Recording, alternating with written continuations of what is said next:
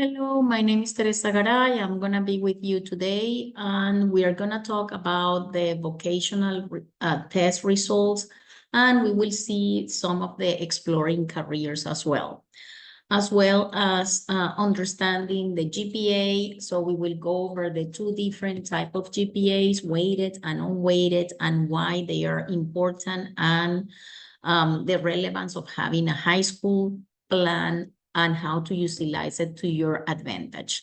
I know most of you have already the high school plan. So if you haven't done that, actually, we're going to meet again in next January, because you need to choose the classes for next year.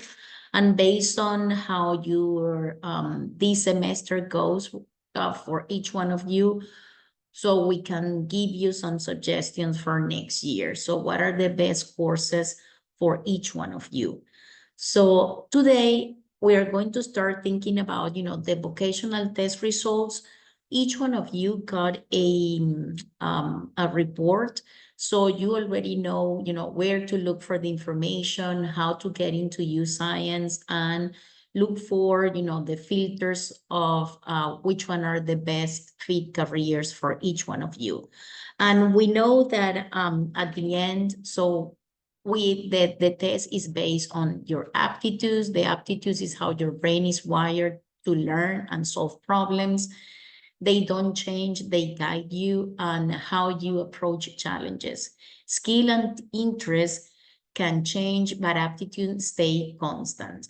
So we know that some of you, had the question if you could take this test later, since, your interest may change, the results may change as well. So in 11th grade, we will see, how you feel and if you find important for you. So we could see, to take it again if you would like to do that. So why these results matter? Well, it helps you pick high school courses that fit your learning style, guides summer programs and extracurriculars, points you toward college majors and careers that match your natural strength. So we know that in August, actually for next summer, it is important if you are interested, to register in a summer camp. You need to actually start thinking about what would be the best, summer camp for you based on your interest. And usually there are some summer camps that will open in January for you to register. So we need to start, exploring what would be the best fit for each one of you. And of course, when we talk about extracurriculars, we know and we have said several times that actually extracurriculars, it doesn't mean that you need to have a lot of, to join a lot of clubs and to have many extracurricular activities. What the representative from college would like to see, it's that you have been consistent with one or two extracurricular activities. If you have been playing, let's say soccer for the past, 3 years, actually they would like to see that at least, 9, 10, and 11th grade, if you have a passion. And of course, if you manage, you have your passion plus good grades, that would be the best combination for to have the best profile. So they would like to see what would be the profile. And we are going to see today some of the requirements that you will need for college. So, but it's important right now, at least to visualize yourself and see, okay, I am in a very competitive school. Yes. So what are, what do I need to do in order to be in one of the best ranking, let's say, even though you are aware that, your schools are very competitive, well, ideally will be, you have to work for those requirements. So then we will talk about, what are some, you can explore some of the majors, and also to see what are the websites that we use in order to find what are the best colleges based on the major. What is the ranking of the universities around us? Okay. Well, you in action. How do your aptitudes show up at school? Which of your strengths help you study or work with others? When do you feel most focused and successful? And which activities fit your natural style? Teams versus independent. We know that these are questions, like it's gonna help you find out, like about yourself. So some of the when I mean a big part of the applications, it's the components are like essays, and the essays are, like you need to talk about yourself, about your aptitudes, your talents. Um, Basically, they will ask you describe yourself, describe any talent or award that you have won, so that actually, that it may it's a big part of your life. So, and then there is, we would like you, like to start thinking about which one are possible majors, possible careers that fits you. So we would like you to start, like based on your due science results. So we could see what are the description about those majors, the careers, what type of responsibilities you will have, what is the education needed for that. So how long will it take you to get, into a the bachelor, or into if you need a master degree, or you need even, a PhD. So it is important to know. So if I want to study psychology, so if I want to study architecture, how long does it take in order for me to be able, to finish the whole path, the whole education? And so we will do that, like we would like you to research what are the best careers that you are thinking of. Right now, we understand it's too early, but at least to see which one of the careers that you saw in you science might be a good fit for you. And based on that, we could see, understand a little bit more about what are the majors that I need to study in order, to be able to work in those type of jobs. So in here, we would like you, based on the results also, we would like you to, if possible, like if you are not registered in any club, let's say for extracurriculars, we always recommend at least you to, join a club. So it's very important in college, they would like to see that you have been involved in high school in any activity, even, any type of club that you feel like, okay, that you can actually contribute to that club. That would be fantastic if you are not a part of a club yet.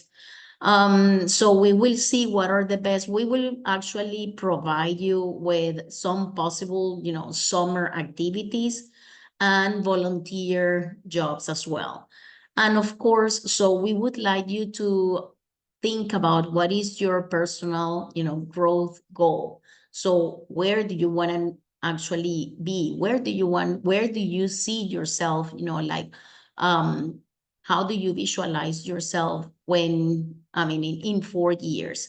When you visit college, is going to be a big part also of your decision, because actually you will feel like, is this the place that I would like to be, the next 4 years of my life?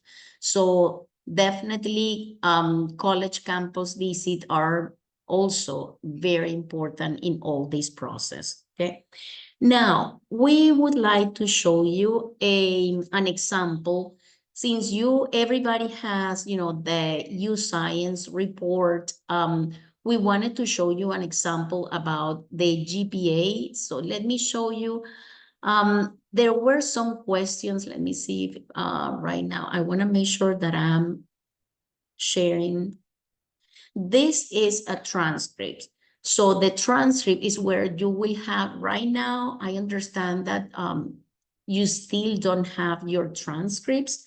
And this is what it will be, your transcript will be showing in your, depending on the district that you are. So if you know that the GPA will change every semester. So what matters in here, this is a student who actually took Algebra 1 and Principle of Engineering in junior high. So in 8th grade. So as you could see, we have the average of semester 1.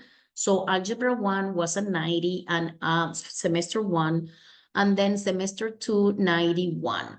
So what is important to know is that at least, having an A, so that would be 90 and above. This example is from KDISD, and we know that they actually they don't make any difference if you have a 90 or 100 for the calculation of the GPA. Each district has its own rules about the GPA. There are some districts that actually is not the scale 5. The scale is under a 7. So you could hear students saying, my weighted GPA is 6.5.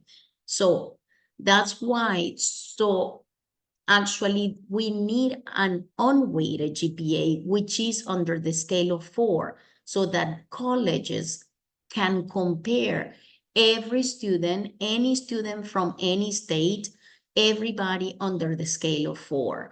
So in here, I want to show you this example, which is the transcript. And you see that every semester, at the end, we know that you have, some of you, have like 6 weeks average. So what actually matters is the average of the first semester and the average of the second semester. So the GPA will actually change only twice a year. If you register for summer, well, yes, of course, it's going to change as well. So it's going to be, like most probably you will receive your GPA at the beginning of September. Okay, so if you actually register, if you take any summer school. So we have then this is another example. Let's say semester 1, English 1, AP, Human Geo, Biology, Geometry, Band, Sports, and Spanish 1. So Spanish 1, you see that in summer in school, you have the semester 1. In English 1 is 0.5 credit, right? So while in the second one, semester 2 is going to be the 0.5. So in here, this is fantastic for these students. He actually was able to had all of them, let's say, in an A, so 90 and above, except geometry.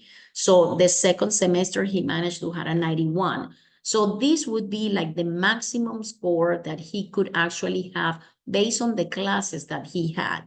I know most of you are taking, advanced courses, and some of you may be having, like a balance 2 and 2. So 2 regular and 2 academic, or on level, depending on which district you are, and 2 advanced courses.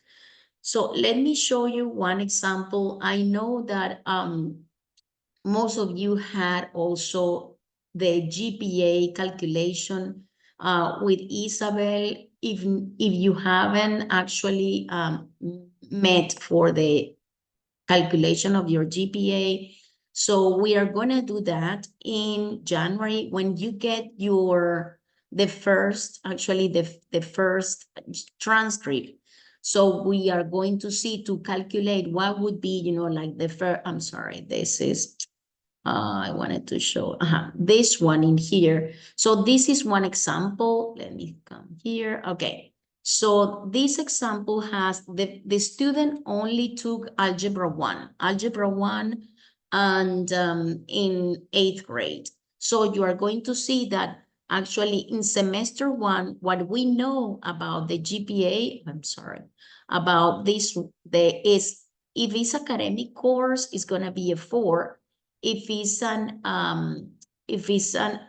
let's say, a dual credit class, some of the dual credit courses will be more like in 11th and 12th grade, more like English and social study courses.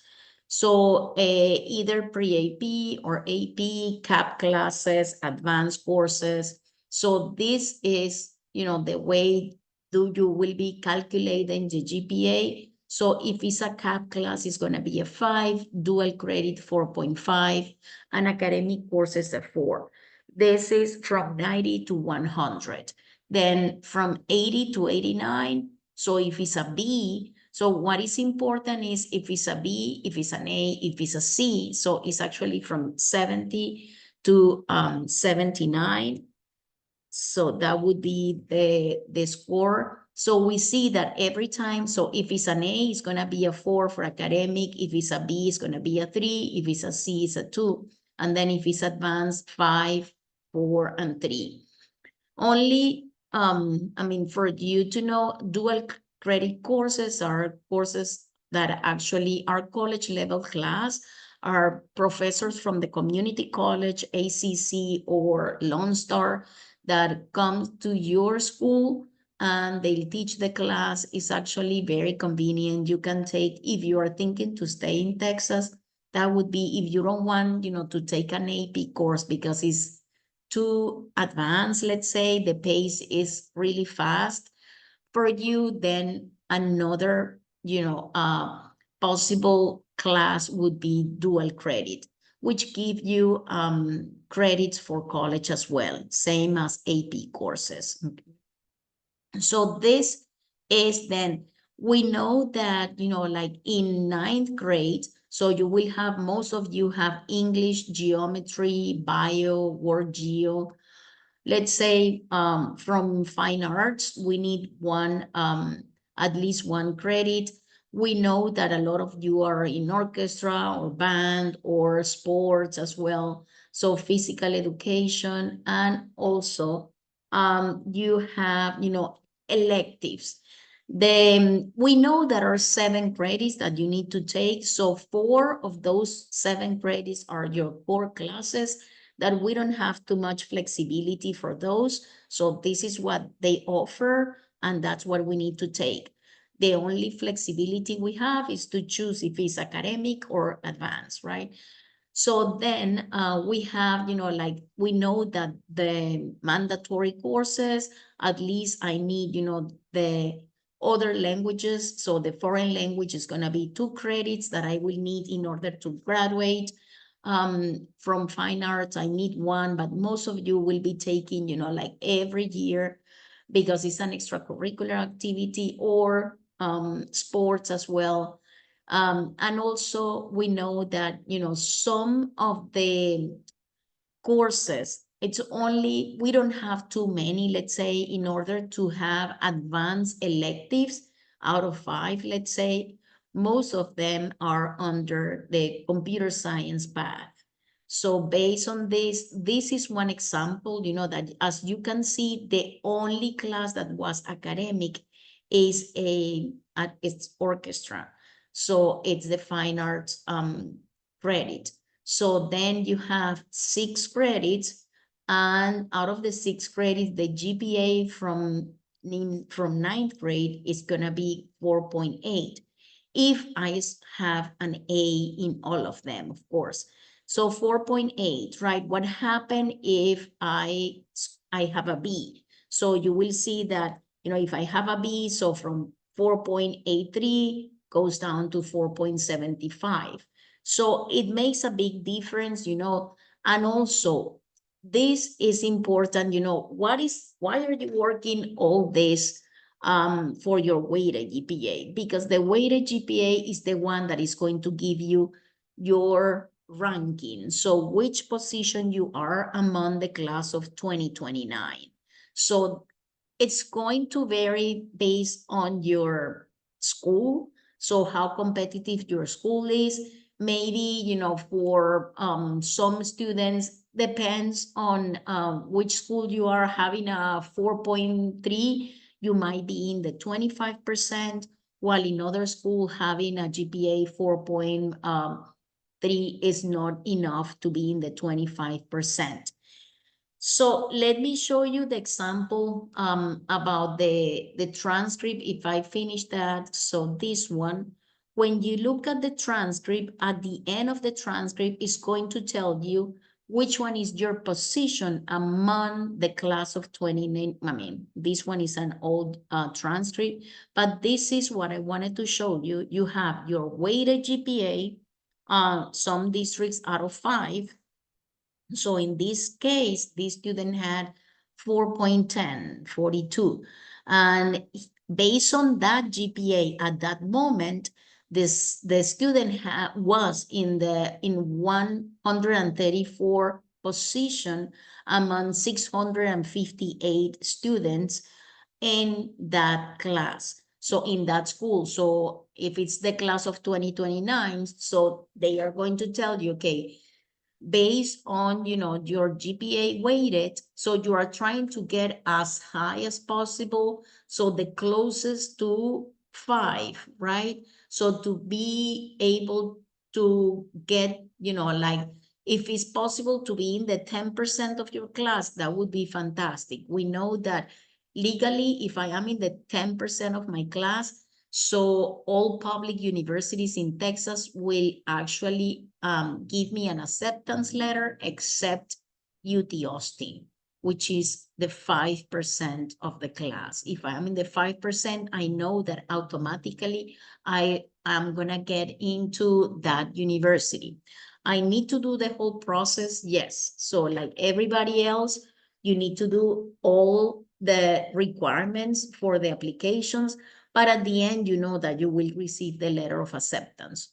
So in here, as you could see at the end, so it tells me then, okay, 134 out of 658, that is around 20% of the class. That means that the student actually was in the first quartile, okay, the first quartile.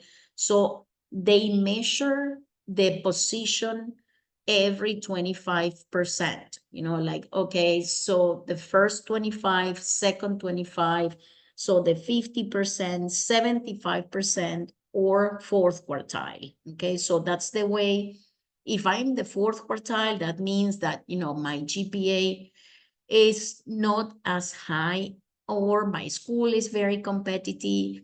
So it is important, you are starting right now, ninth grade. If you actually have a solid foundation, it's going to be a lot easier than, starting like in a difficult road and then trying to increase the GPA. So right now you see, okay, this is the weighted that is going to give me my ranking, okay, the position. And then you are going to see, remember we talk about the unweighted. The unweighted is the only way that a representative from college can actually compare you with everybody, any other student from another state, nationally, everybody under the scale on the scale of 4.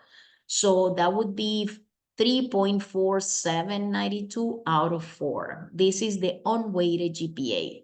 So which one is important? Both of them. If we look at the requirements for the universities, let's look at some of the requirements. If you look for, let me see, I'm gonna have like University of Houston freshman requirements. Any university you would like to search, so it's only university, the name of the university, freshman requirements, okay? So I'm gonna check then what are the requirements for this university. So based on the University of Houston is a little bit different, let's say, from any other public. So they usually, what they actually make a difference if you are, depending on the major that you are going to study, they will tell you, some majors are more competitive than others. So the requirements are going to vary a lot based on the major. So here we have, let's see, if I would like to study, let's say, under the Department of Liberal Arts. So we have, economics, graphic design, music, psychology. So there are a lot of majors under liberal arts. These would be the requirements. So we see requirements with test scores. So you see class rank. So that is why so important my weighted GPA that give me my ranking, because I'm gonna see it in the requirements for college. So they tell me, okay, Teresa, if you are in the top 10%, so no minimum score for the SAT or ACT, you will have an assured admission. Perfect. If you are in the first quartile, but starting from 11 to 25%, and I scored 1080 on my SAT or 21 on the ACT, I have an assured admission as well. If I am in the second quarter, okay, second quarter from 26 to 50, and the score is 1170 or above, so then I have an assured admission, as you could see. And then if I am in the third or fourth quartile, so 51 and lower, or also some districts, some schools do not give you the ranking. So it depends. There are some schools that actually they only have, the GPA, and they actually do not calculate the ranking. So they will do what is an individual review. What actually they would like to see? They would like to see the rigor of your classes, your extracurricular activities, your volunteer time, all what you have done since ninth grade. So that's why this is actually, you are going to start with your applications August 1st, your senior year. So actually you only have 9, 10, and 11th grade for you to finish, let's say, the best, try to create the best profile, to start your applications on August senior year.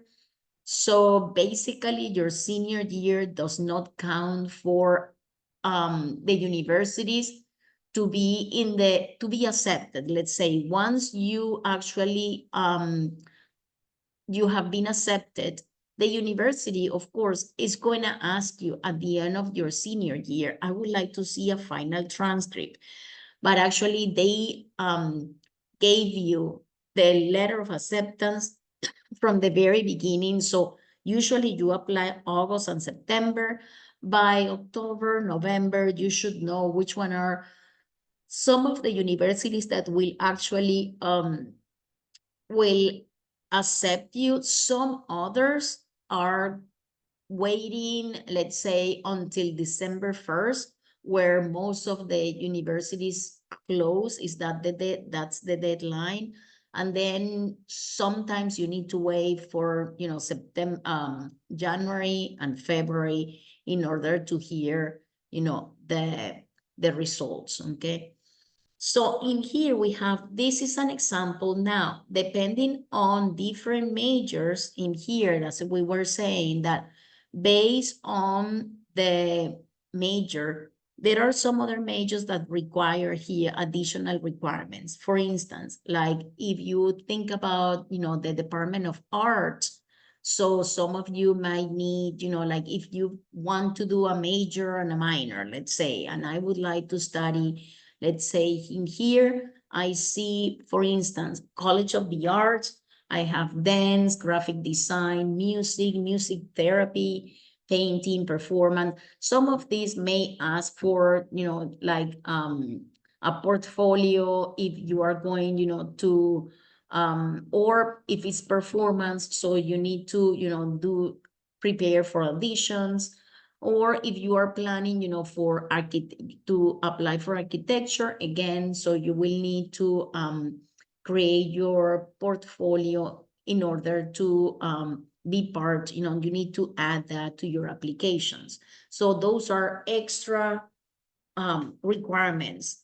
depending on the major. As well, in here, it tells you if it's for business, business and engineer are usually, the most competitive in order to get in. But in here, we see some of the requirements. You see, if we are interested in if we're interested in, let's say, in the College of Business, if we're interested in for the University of Houston, we know that actually these are the requirements for an assured admission. So let's say if I am in the top 20%, and I score 1270 on my SAT or 27 on the ACT, then I have an assured admission. Again, I need to do the whole process, of course, but I know that at the end of the road, I will get an acceptance letter. What I don't know yet is, how much they will offer me, what type of scholarships I can actually ask, depending on merit, on my grades. And then if I am in the second quarter, well, from 21 to 50%, if I score at least 1310 on my SAT or 28 on the ACT, then you have an assured admission. So as you can see, these are the standardized tests that you will be actually taking in 11th grade. But next year, you will be taking, most of you, the districts around us, they actually offer what's the preliminary SAT.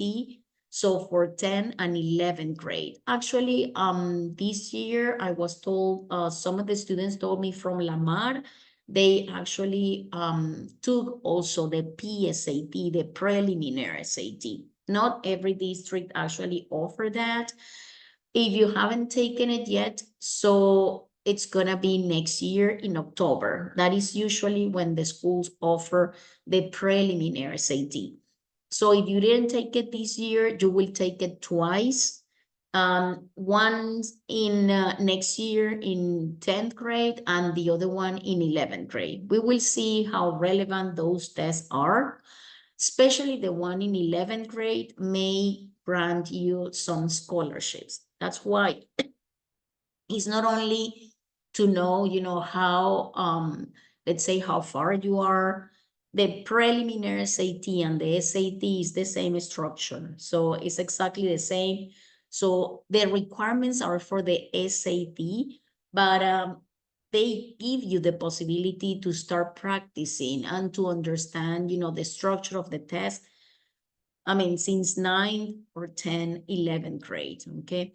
So these are, as you could see, then third and fourth quartile, then if you score, even if you score 1310, so it's gonna be not an assured admission, it's gonna be an individual review. So I do not have an assured admission if I am in the third or fourth quartile.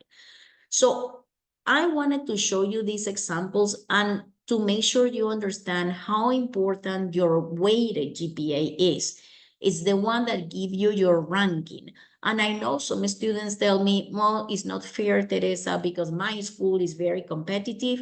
And if we, check again, so the transcript that we saw first, the transcript that we have, this example, in here, we could see this student had the possibility actually to be in the first quartile with the weighted GPA 4.10. I would tell you, most of the schools around us, you won't be in the first quartile if you have 4.10. Remember, this is an example from KDISD, and as I said from the beginning, each district has its own requirements, its own rules. So that's why we have the unweighted GPA, which is going to be calculated under the scale of 4 for everybody. So now, remember, if we check again the requirements, let's look at the requirements again and see, there is one part that we could see not only, the SAT, let me show you, the SAT or, see in here, when we look at the requirements in here, we have, okay, if let's say for the College of Engineering, so we have, if we are in the top 25%, okay, this one is thanks to my weighted GPA, right? So out of 5. And some other district, as I said, if you are from Cypher, it's out of 7. So it depends. Lamar also is out of 5. So, but then if you have, top 25%, and then with 1270, and the SAT or the PSAT, they have two different sections: evidence of reading and writing, which is this, and math. So it's mainly two sections. For the SAT is 800 each section. So we have the maximum score is 1600. So we have here that if you score 1270 and at least 630 on evidence of reading and writing out of 800, you have an assured admission. This is, for engineering. If you are in the second quarter, so you need 1320. And if you are in the third quarter, 1400 for out of 1600. All others, actually, it is possible if you score 1420 or above, then you actually have an assured admission as well.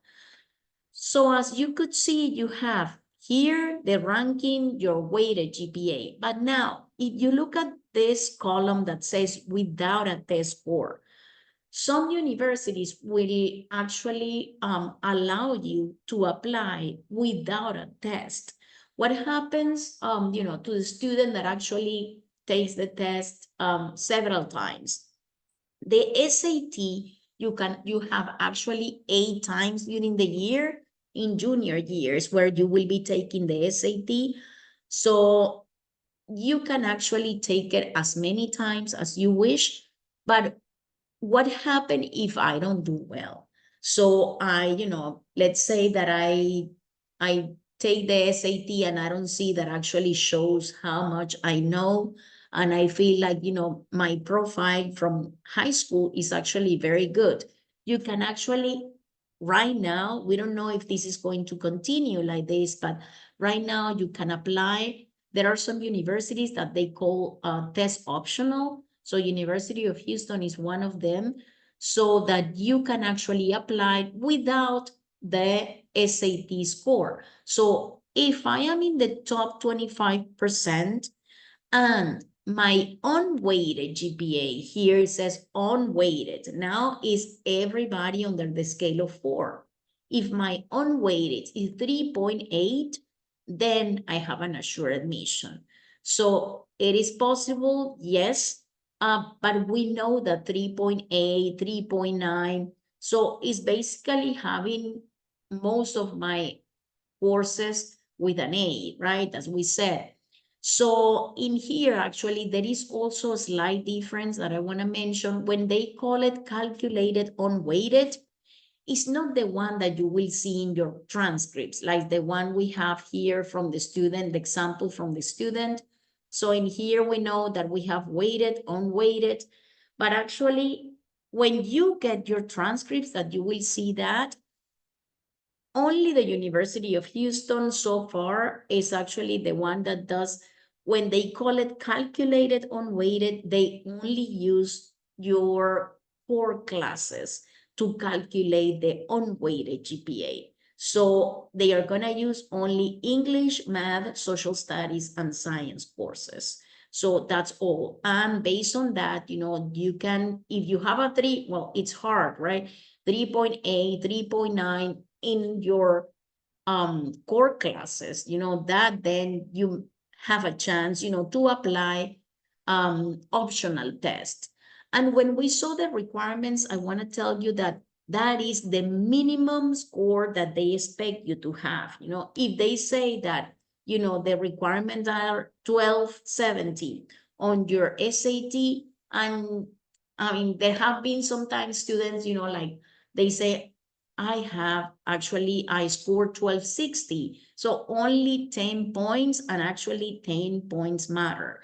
So at the end, what they will tell you, and that all these requirements that you can look into your all the university's requirements, freshman admission requirements, those are the minimum score, okay? So it's important to make sure that you have at least that, at least those scores in order to have, like an assured admission or to be considered, okay? So then this is an example from the University of Houston. I wanted to show you, for instance, another public university and also a private universities. Private universities are not gonna give me, like assured admission. And you might be thinking, what happened? What about UT? UT, we said that only if we are in the 5% of the class, we know that we have an assured admission. They do not give us an assured admission like this, a combination with your SAT. No, only if you are in the 5% of the class, you have the assured admission. Also, Texas A&M used to have an assured admission, but that was a long time ago. I do remember the class, the last one was the class of 2018, who had the assured admission for A&M, and basically was like, if you are in the first quartile, again, so the top 25% of your class, and you had a 1360 out of 1600 from your SAT, you had an assured admission. So we could say that actually it's we don't have an assured admission, but it's statistically it's close to that one. So the higher the SAT, of course, the more chances you will have of getting in. And the idea is not only to get in, the idea is to find what type of scholarships I can apply, with my grades, with the grades that I manage. Of course, being in the top 25% is going to give you more chances than if I am in the second, third quarter or fourth quartile, okay? So then if we look at any other, let's say, I'm going to check, let's say Texas Tech, which is in Lubbock, Texas Tech freshman admission requirements. So we can see now what is important for Texas Tech, okay? Questions so far?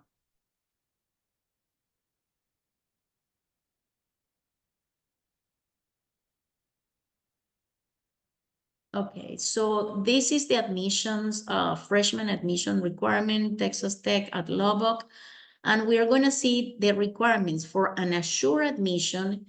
So it tells me, so once you have submitted your application, pay the application fee, so submit your high school transcript, your application will be sent to our professional staff for consideration. So I wanted to show you this, what the way that they do it is actually you have assured admission if you are graduating from high school and present the required combination of high school class rank and college entrance test scores indicated below. So we have, if you are in the top 10, so we know that all public universities except UT will give me a letter of acceptance, right? So no minimum score for the SAT or ACT, but actually if you are in the 10%, do your best to score the highest possible because that's the perfect combination for getting scholarships. So then first quarter, excluding top 10%, so we have 1180 for the SAT, second quarter 1240, third quarter 1280, and fourth quarter an application review. I wanted to show you this because in here, they actually tell me, what is the admission review? What happened if I'm in the fourth quartile? So that we also saw that at the University of Houston. So we expect students to be academically prepared for success at Texas Tech. Therefore, we specifically consider academic performance and educational preparation. Additional information used to evaluate a student's potential for success includes academic rigor. Have you taken any, advanced courses in high school? Have you been successful? So where your grades, were you able to, to manage to get A's on those courses? Extracurricular activities. Have you been consistent with your extracurricular activities? I don't need 10 extracurriculars. So with a student that has two extracurriculars, and you are consistent, that is actually a plus for you. So leadership experience, we have, basically you will be writing about what kind of how do you demonstrate leadership throughout your high school career. So those are essays that you need to write in 11th grade, at the end of 11. So leadership, think, we understand that right now you are in ninth grade, but actually think about the possibility, to become a president on any club, or a captain. I mean, to show that, how can I show that I have leadership skills, like there is and also actually they, in that question, I remember they will ask you that, if it's not a school, if you can somehow relate to your family and think about, why are you a leader? In which situation you actually show your leadership skills. So civic or other service activities, socioeconomic background, family, educational background, special talents or awards. That's another essay. Talents, you have to describe yourself. Okay, so they would like to hear about you. And basically, they would like to know if you are a good fit for them. Not only your grades, but also they want to know how you are. They want to hear about your personality. That's also important, the letter of recommendations. So you will have to ask two teachers from, usually is from either 9, 10, or 11th grade, that you can ask any teacher that you feel most, ideally, I would say it will be any teacher from your core classes. But I understand when you say, I have been in band in the past 3 years, and I think the director knows me very well. So he's gonna do very nice letter of recommendation for me. So in that case, we understand that one of your letters might be, from a coach, a director, but the other one should be from one of your core classes. And even better, if you are going to study, let's say, science, because you are thinking studying, getting into the medical field.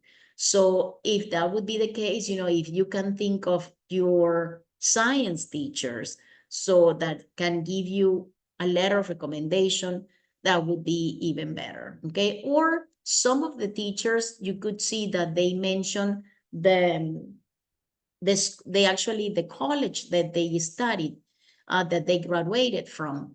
Actually, it will be very nice that asking a teacher, if I am interested, in Texas Tech. So if I know that one of my teachers graduated from there, from that university, so I could ask her about a letter of recommendation.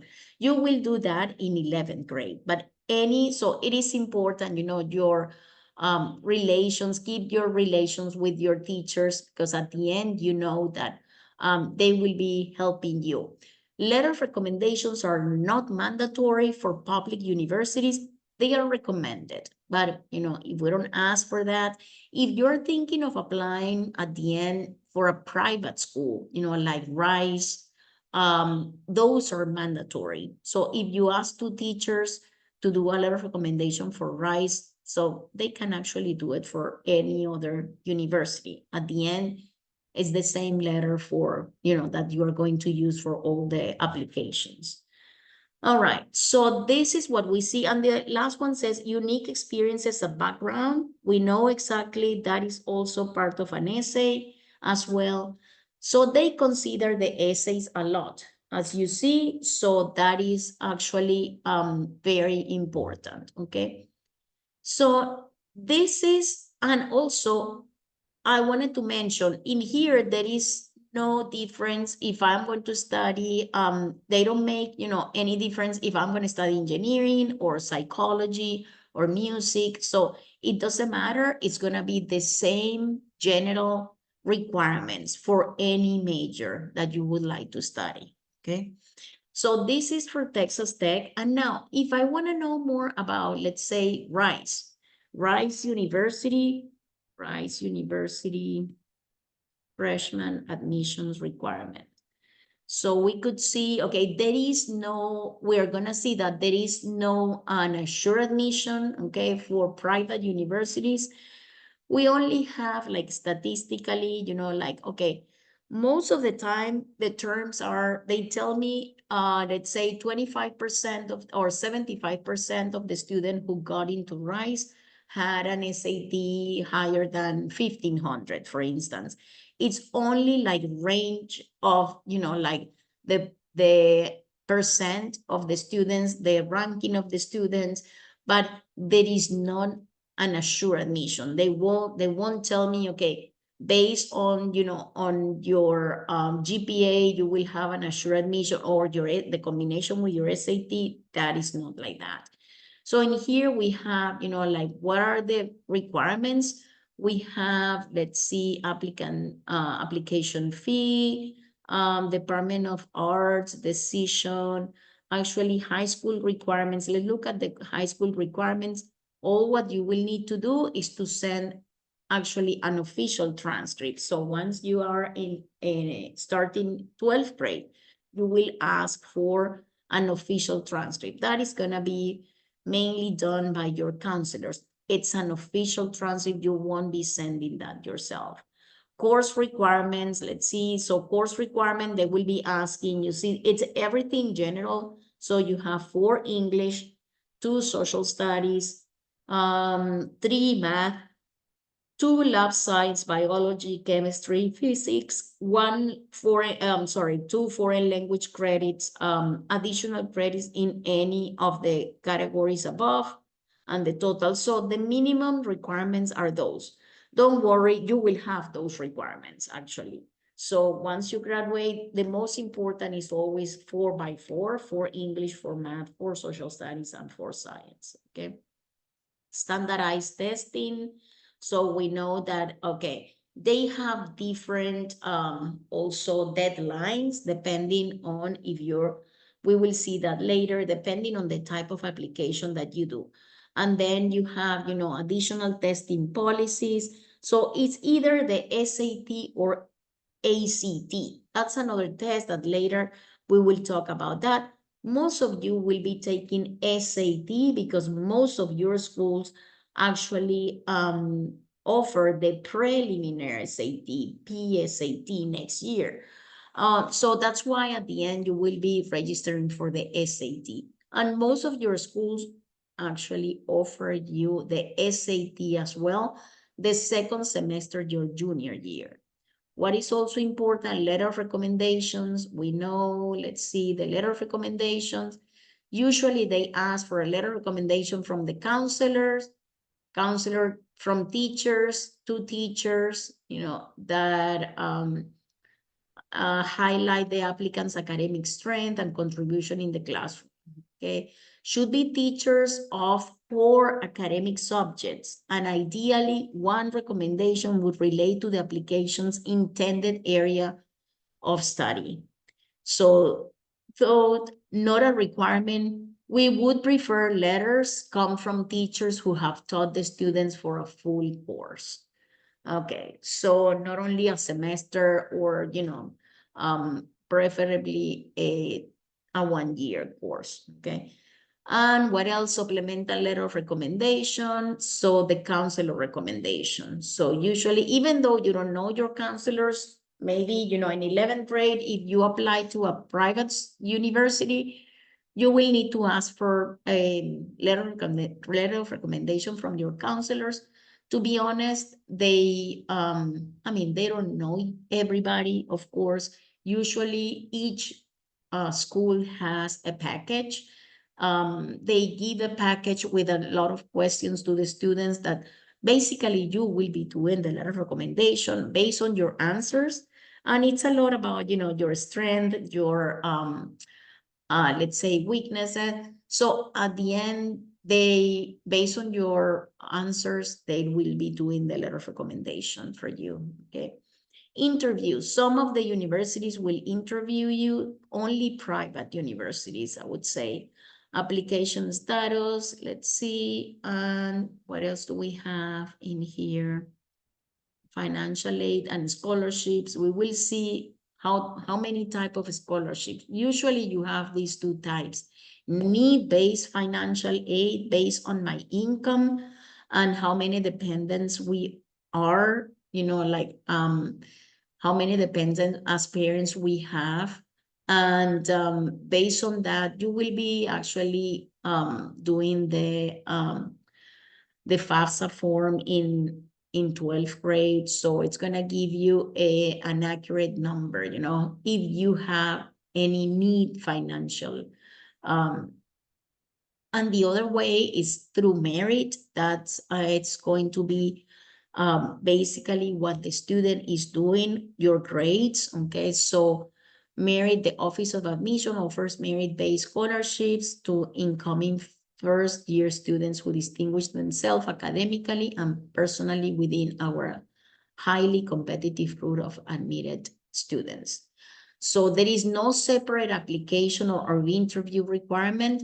Once you apply to a university, you are getting into the pool of scholarships.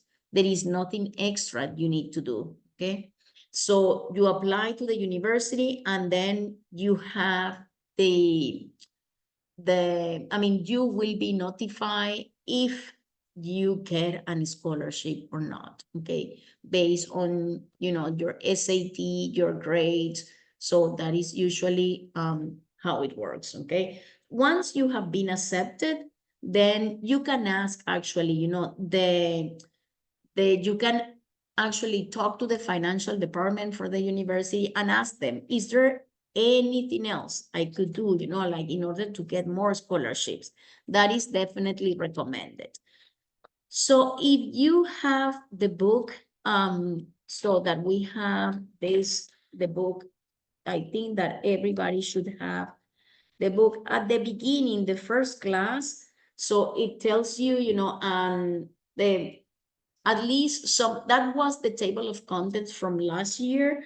We are condensing some of the classes into, there were actually, we know, let me show you. We have this year, the schedule is different this year. So when you go into your College Planner Pro, let me see your platform. I'm gonna show you just one example, 1 second. So everybody, if any of you does not have access to College Planner Pro, to our platform, let me know that, what we should do is send you an email, and then you can, make sure that you receive the email and activate your account, okay, with us. So the class of 2029, 1 second. Okay, this is just an example. Okay. And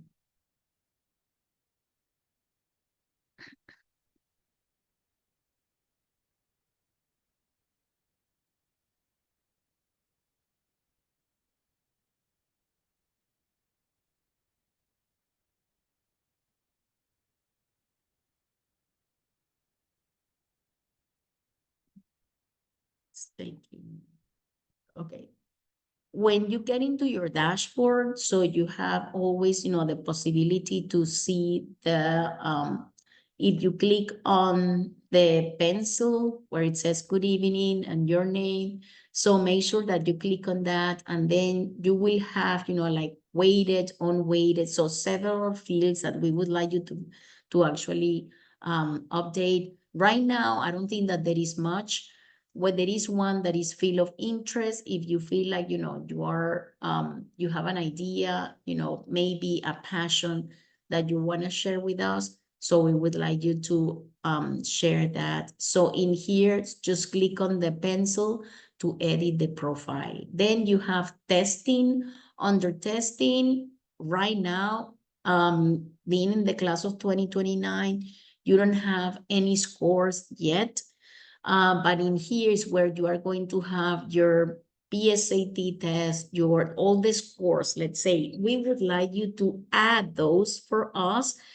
And it's going to be very convenient to have everything in this website, because when we look at some universities, it's going to tell me that if, I score, depending on the score of my SAT, if I am in the lower range, so, or if I already see myself, like I have a lot of chances of getting into the university.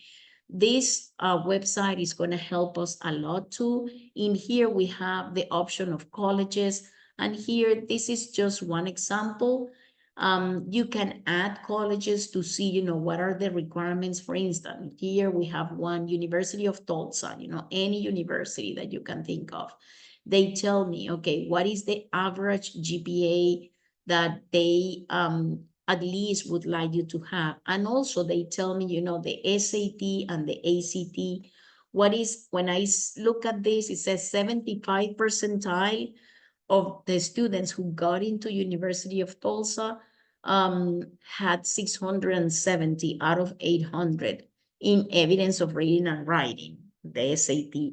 And for math, exactly the same, 75 percentile, 770. I also, would like to know more about, let's say here, sorry, let me, second. I also would like to know what else. So in here I have admissions, cost and financial aid. That's also, very nice to see how much does the university cost. So the total cost, I see, tuition and fees. So in here, I know the cost of attendance. Every time you hear cost of attendance in 75,000 annual cost, okay? So, and you see how it's actually it's classified into tuition and fees, 50,000, room and board, 15,000, transportation, 6,000, others, 2,000. So that is the way that they actually, look at the cost of attendance, the way that is classified based on, the room and board and tuition. So you will know more about the university. And also they tell you at the end, they are going to tell you what is actually, let me see, athletics. So for this school, campus life, security, services, programs, men's sports, women's sports. What else do they have? So what is actually in here? Let me see, data sources. So some universities, let me see, I mean, we are going to see this actually in more detail, but what I want to tell you is that this page is actually very important to us. It helps us a lot. At least we are going to see which one are the universities that based on your profile are safe, target, reach. And we can find a lot of information in this website, okay? You also have the to-do list. The to-do, remember, under the to-do should be the Info College video for new students. So if you're new and you haven't actually opened this page, once you open it, so you have at least a video that is going to show you how to, navigate into this platform. Add a picture to your profile. So that was the for under dashboard where you have your name. If you can add a picture there, would be great. And then you have the calendar for this year and the workshop calendar. So if we click on the calendar, we're going to see this is what we have right now. And let me show you 1 second. We know that depending on the month, there are some months that we are not actually, we don't see each other. So right now we have, okay, October. Then if you click on December, so November is not there. So we don't actually meet in November. We have then December, it's going to be about an academic evaluation.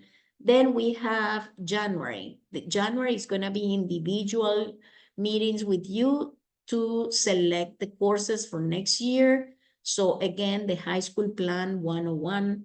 Then February, it's going to be about time management, leadership, April is about your resume and PSAT 10 that you will be taking in October. And that's it. This is actually the whole content for this year. Okay, so you will have also, let's see what else do we have in the College Planner Pro. The last one is workshop calendar. So this is, remember that we have, if you have your calendar, the physical calendar, also you have it's usually, I think it's the third Friday of every month that you have some workshops. We offer some of the students that actually, students like you that were with us and now they are either they graduated or they are still studying at the university and they are going to talk about, their major and the university. In here we have, September, October. So last Friday was University of Texas, Medicine with Lena Olivera. And then you have, next in November 7. So it's going to be again UT for chemical engineering. So for December, it's going to be University of Houston, music performance. So January, Boston University, Computer Science and Economics, University of Houston, Computer Information System, Texas State Nursing, Texas A&M, Biomedical Science, and University of Houston, Chemical Engineering. So every month we try to offer different majors if you're interested in that. And sometimes you may think, well, I'm not interested in the major, but probably I can ask some questions about the university. All these are Zooms, so it's everything. So most of the time, the students are not here. So if sometimes, if the student is not available and a parent can join us, that is fine as well. So you have the possibility to ask and learn from other experience, if they got a scholarship, what did they do, how they managed to get into that college. So, and then for the volunteer activities, so you have workshops and the volunteer activities. So you have, the possibilities. Today's Monday. Sometimes, Isabel get the requests on Thursdays to make sure check, I would say every Thursday to see if there is something new for the next weekend. Okay, so we have here October 25, November will be the next one, but we don't know, if something else will come up in between. So usually you have the address, and we will be adding more progressively. Okay, so any questions so far?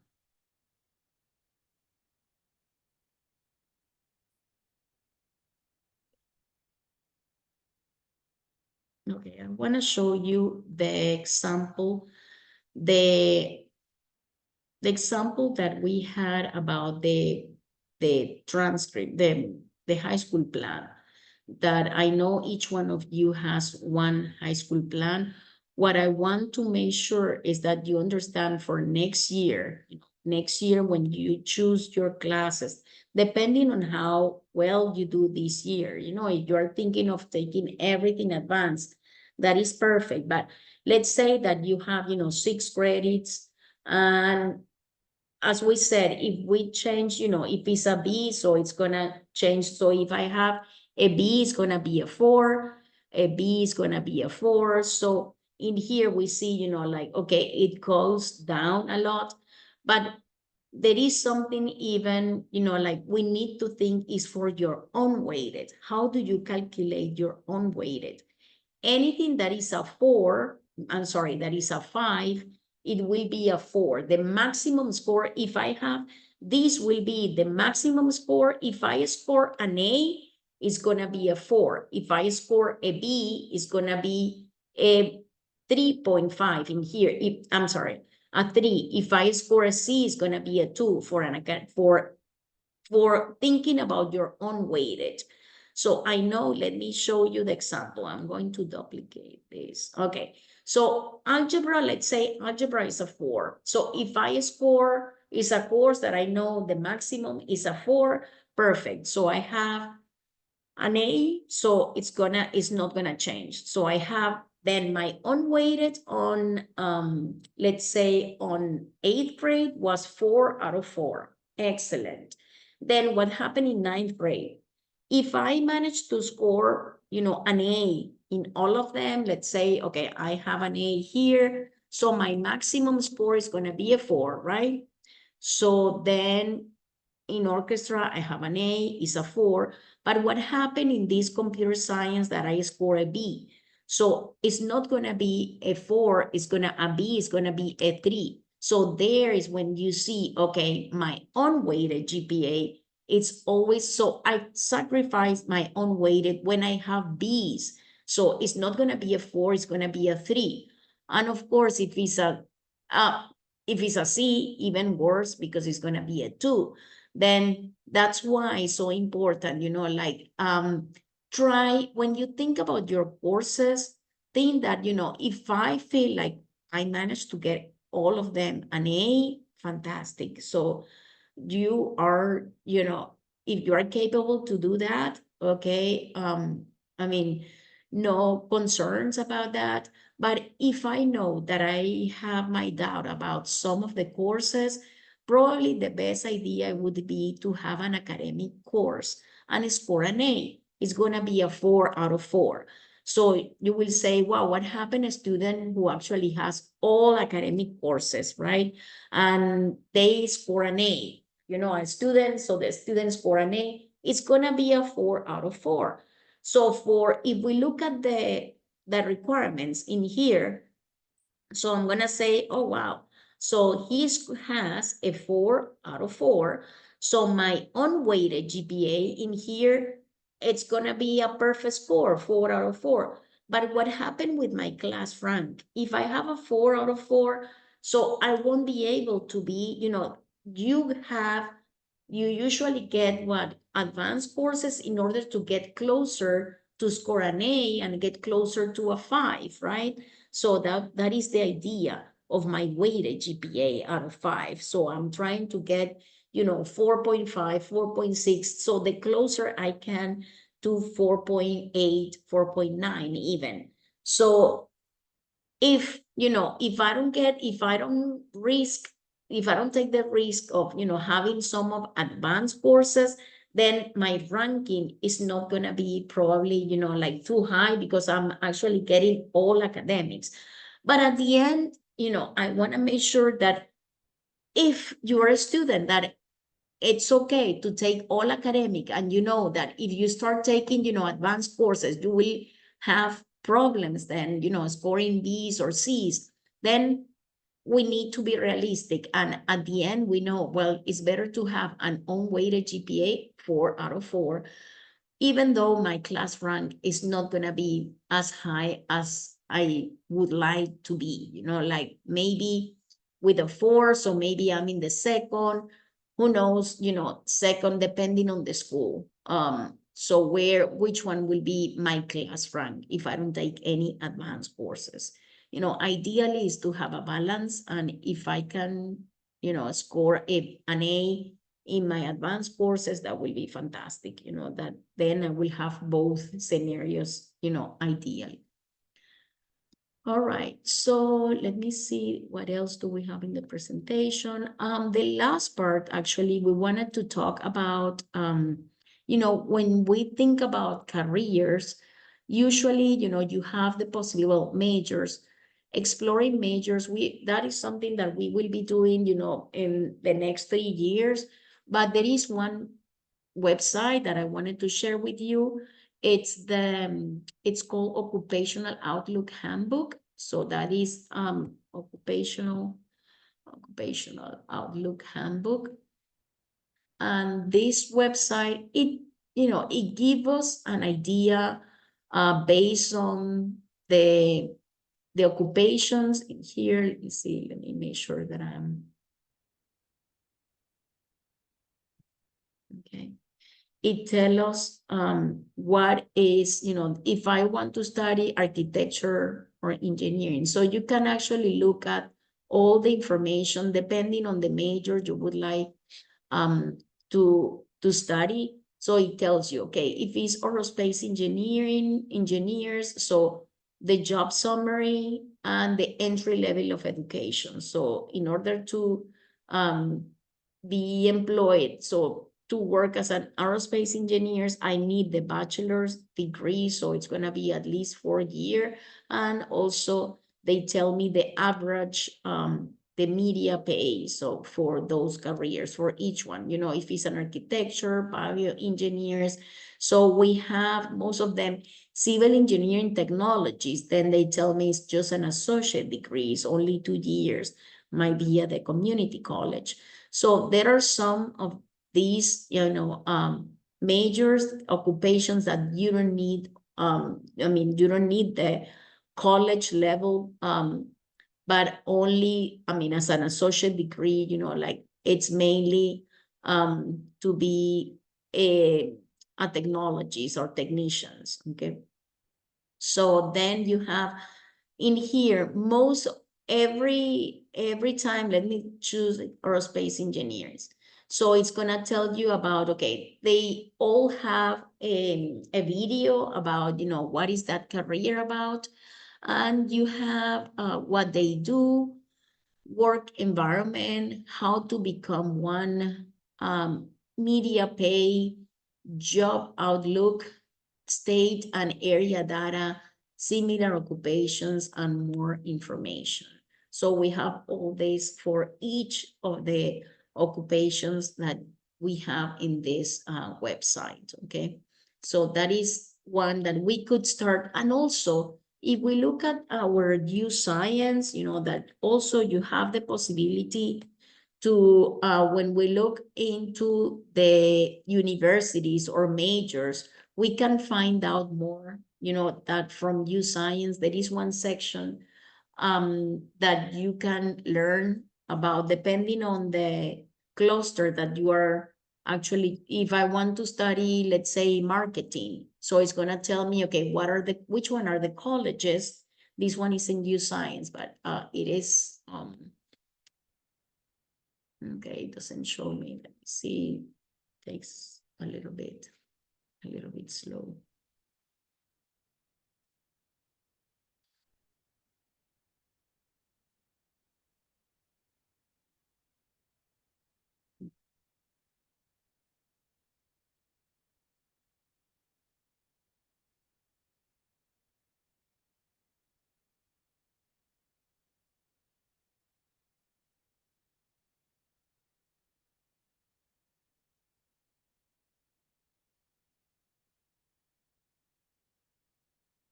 Questions?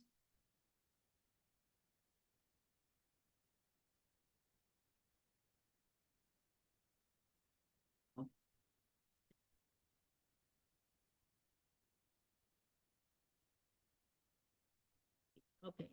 While we wait for this, the last part that I wanted to show you is about, here, it's coming. It's about the courses. We are going to talk anyways in December about some of the courses. Let me show you here. When we have, let me see, aptitude and career discover.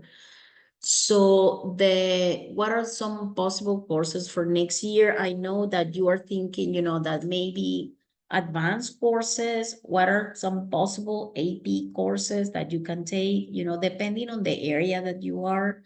So if you are under computer science, you can actually get some of those advanced courses. For electives in any other area are not as, it's not actually common to have some electives that are advanced courses, but for your core classes, which are, the main part of your transcript. So we want to make sure, like what would be the best. Let me show you here when I wanted to show, let me see, the aptitudes. When we are in the aptitudes and we look at the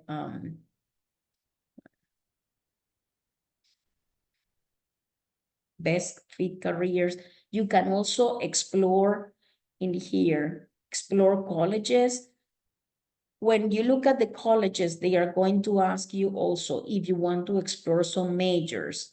So you can actually also explore majors through U Science. So we have the Occupational Outlook Handbook, and also in here you have a plan for college. So you have programs and majors, find programs and majors to get into your career you want.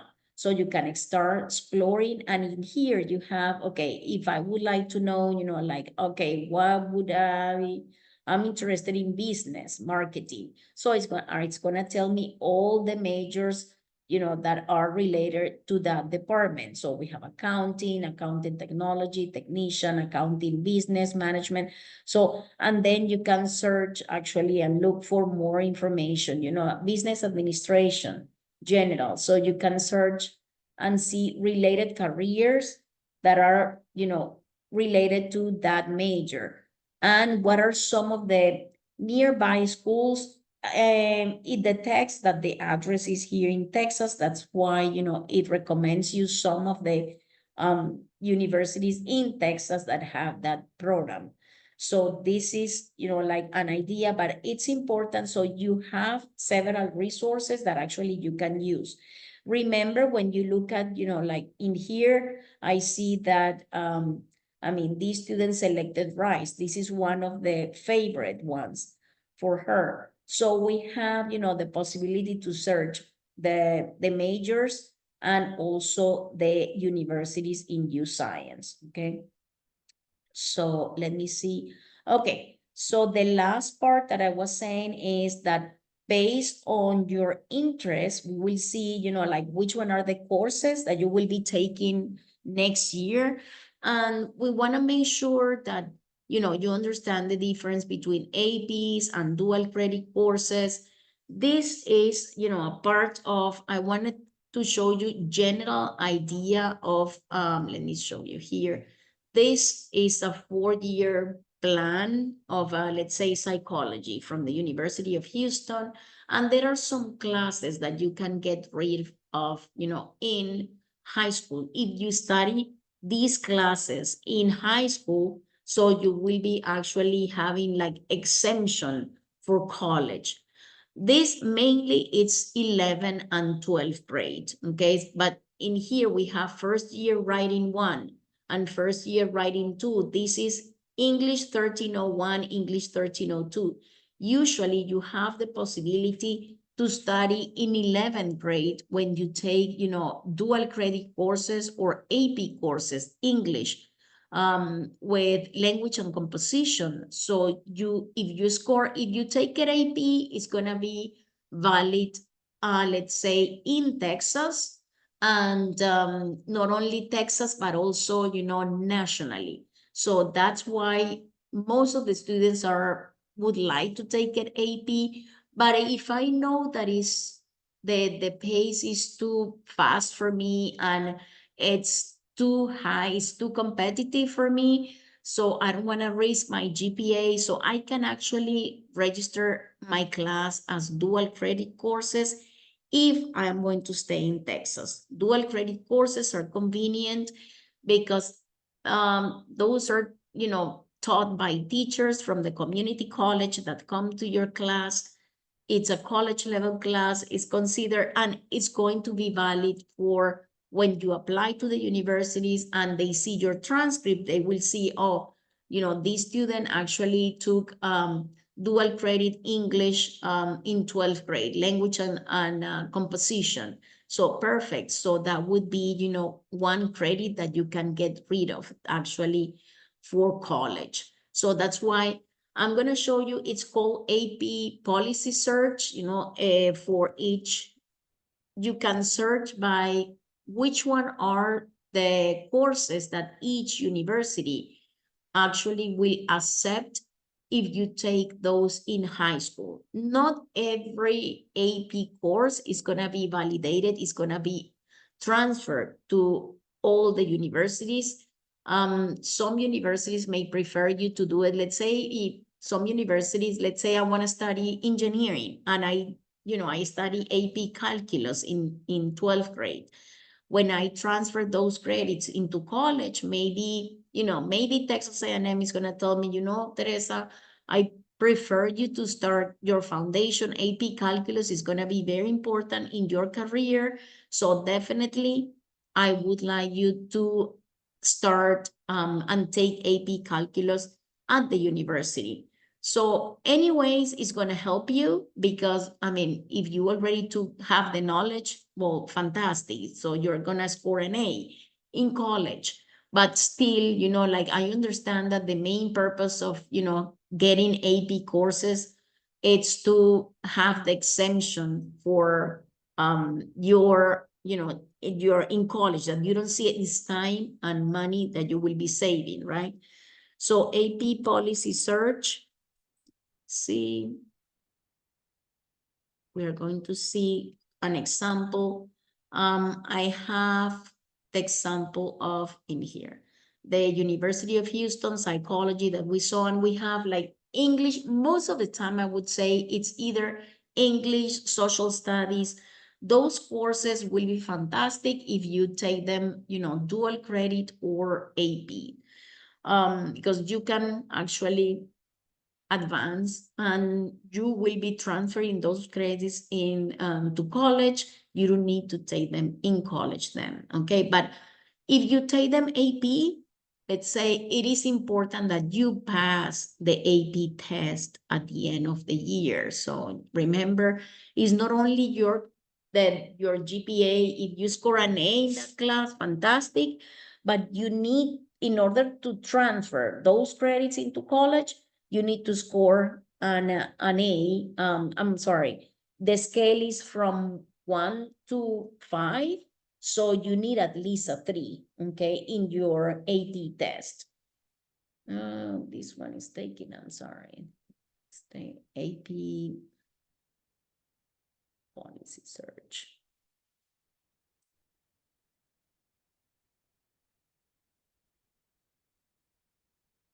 Okay, see.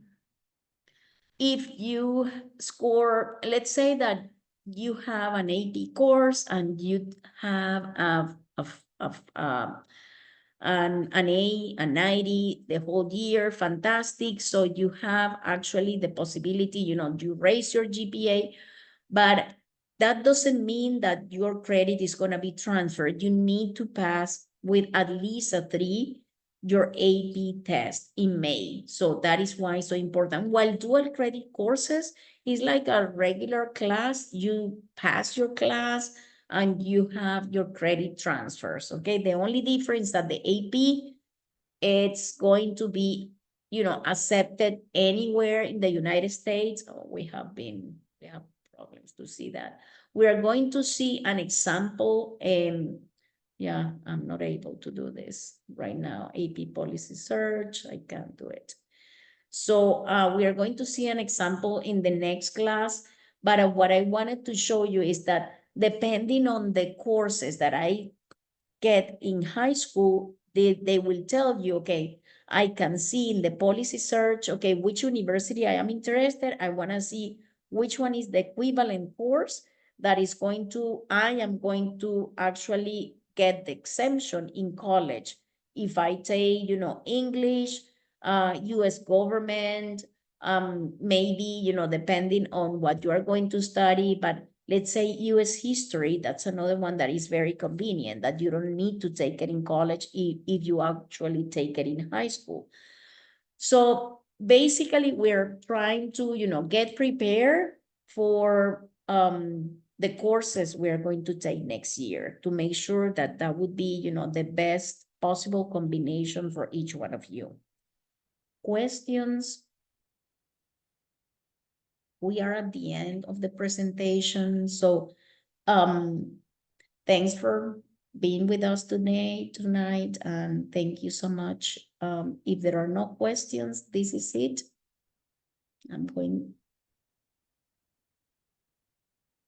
Thank you so much. And did everybody write the name? Yes, I think so. Thank you. All right, see you next time. Thank you. Thanks, bye-bye. Thank you, Tere. Claro, bye. Muchísimas gracias. Bye. Bye.